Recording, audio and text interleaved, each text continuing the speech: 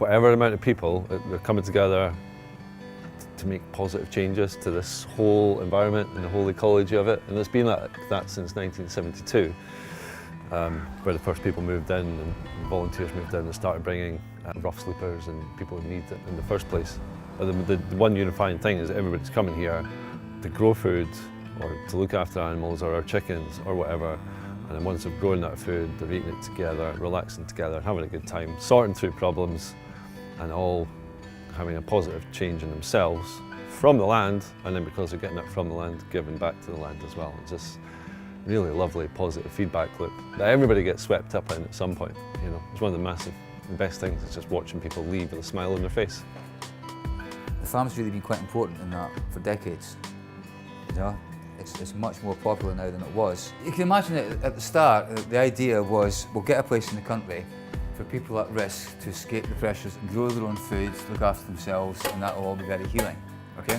So when it comes down to it, we do want to change the way we are dealing with things, which is, again, because Cyrenians has been here, we only have half a field, 8 acres, and the RSPB we're in, they did a survey, 27 species of nesting birds.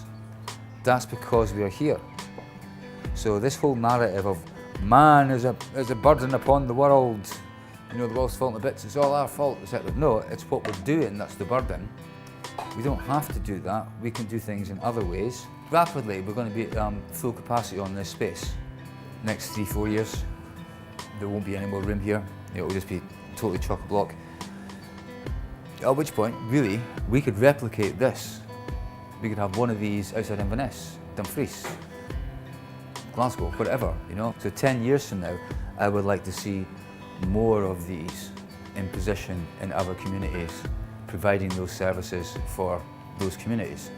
And that's, I think, where this place, Cyrenians, has a lot of credibility in the professional world, okay? It's not a play acting group. It really does deal with some really difficult issues, and it does mean it, and it does it ethically. That's quite fascinating. Right, stick these in here. It's an escape for a start. It's worthy, you know, it's a good cause. I mean, the less endless. It's just worthy. I think it's easy to forget your worries in a place like this, where there's so much happening all around about. And I come in after a weekend now and I find out that my team have been here on the weekend having a fire or building a bridge or having lunch with the residents and all these things. No matter what your spirituality is, your beliefs are, what your background is, what you did in your past, if you're willing to help each other and do something, sit down and eat together, that's humanity there, and everybody's got a bit of that. Somewhere inside everybody there's that ability to build community.